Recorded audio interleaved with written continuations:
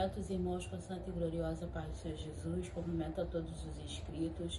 Mais uma manhã, qual o Senhor nos permitiu, mais uma manhã qual o Senhor, fala comigo e contigo não temas.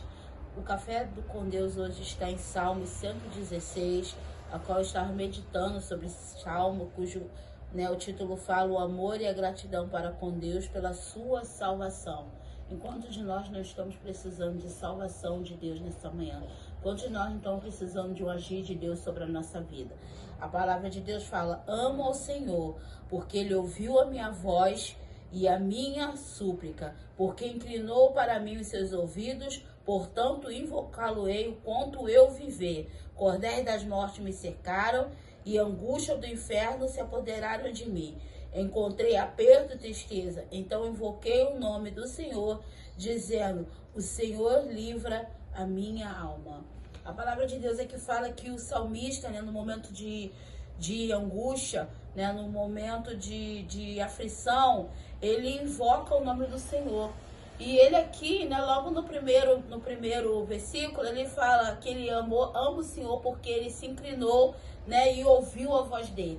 Muitas das vezes as pessoas acham que Deus ele não ouve a sua voz. Muitas das vezes as pessoas clamam, oram e acham que Deus ele não pode escutar aquilo que ele tem falado com ele. Mas Deus, louvado seja o nome do Senhor, aqui através do salmista nós vemos que Deus ele se inclina sim para ouvir a minha oração, a sua oração, porque Deus ele se agrada de um coração sincero, um coração, louvado seja o nome do Senhor, que verdadeiramente coloca para o Senhor suas questões. E aqui, o salmista, ele continuou falando com o Senhor que cordéis das mortes o cercaram, ele teve angústia. Aqui nós podemos perceber que ele foi cercado por a ânsia da morte. Muitas das vezes, você está passando por um momento difícil, ao qual você só crê, que Deus pode te tirar. Talvez o médico te desenganou, louvado seja o nome do Senhor. Talvez as pessoas não te dão uma palavra favorável, mas aqui o salmista invoca aquele que pode responder, e não só responder, pode livrar, porque ele teve o livramento, e ele agradeceu ao Senhor, e ele falou aqui mais adiante no versículo 5, piedoso é o Senhor e justo, é o nosso Deus, ele tem misericórdia. Ou seja, o salmista ele já estava exausto daquilo que ele estava passando, mas ele também entendeu que Deus chegou no momento certo e na hora certa. Às vezes você quer que o Senhor haja na sua vida, a longo prazo, mas Deus não, Ele age na hora certa, no momento certo. E muitas das vezes o agir de Deus não é o que você pensa, não é o que eu penso, é da forma que Ele quer, não da forma que queremos. Deus, Ele tem o seu meio de agir, Deus, Ele tem o seu meio de trabalhar. Aqui o salmista, no versículo 6, fala assim, o Senhor guarda os simples. Estava abatido, mas ele me livrou. Ele declarou o estado dele de abatimento. Ele não obteve nem escondeu o estado que ele se encontrava. Talvez você esteja vivendo o mesmo estado, esteja abatida, esteja desanimada, esteja se sentindo ferida, assim como o salmista, mas ele entendeu que Deus entrou na sua peleja a partir do momento que ouviu o seu clamor e mudou toda a sua situação. Aqui no versículo 7 fala,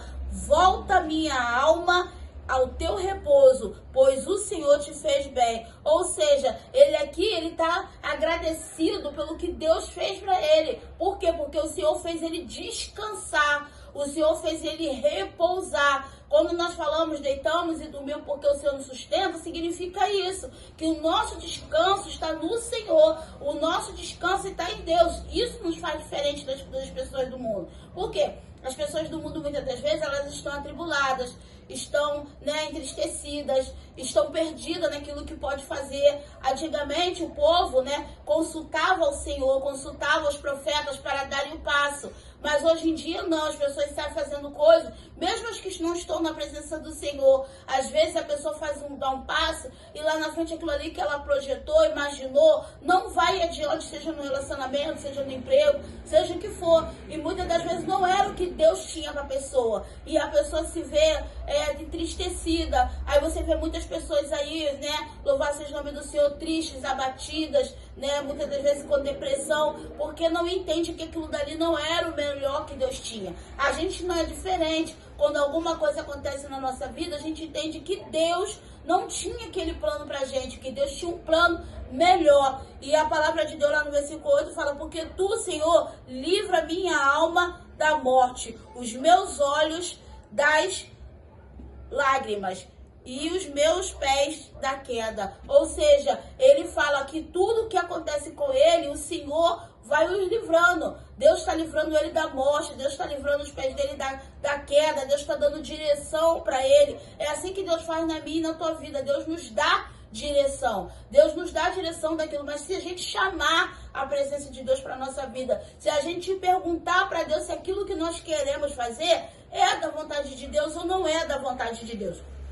Aqui no versículo 9 fala: andarei perante a face do Senhor na terra dos viventes. Ele está declarando que a partir daquele momento ali, a sua vida é do Senhor até que ele venha ser arrebatado. Porque muitas das vezes somos assim, somos acostumados a receber as coisas de Deus, mas não permanecer na sua presença. Não reconhecemos que Deus, ele tem um domínio sobre todas as coisas e quer ter domínio sobre a nossa casa, sobre a nossa família, sobre os nossos filhos. Deus, ele quer ter uma presença sobre a nossa vida. Aqui no versículo 10 fala assim: crie, por isso falei, e estive aflito. Ou seja, no momento da sua aflição, ele creu. No momento da sua aflição, ele entendeu que Deus iria trabalhar ao seu favor. E por isso ele creu naquilo ali. A esperança, ela é o firme fundamento das coisas que não se vê, assim como a fé. A fé é o firme fundamento das coisas que não se vê, né? Mas se espera. Você não está vendo algo ali. Isso é fé. Quando você consegue enxergar alguma coisa, louvado seja o nome do Senhor, você tem fé que aquilo ali vai crescer. Mas quando você começa a criar algo dentro do teu coração e as coisas não aconteceu,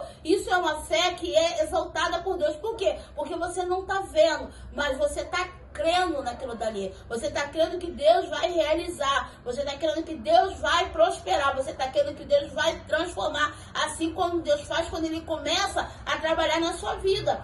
É como uma casa que está desarrumada, né? Uma boa faxineira, uma boa dona de casa faz o quê? Ela começa a tirar tudo do lugar, fazer sua faxina, limpar, tirar teia de aranha. Começa do teto para baixo. Já é uma ordem de quem limpa a casa.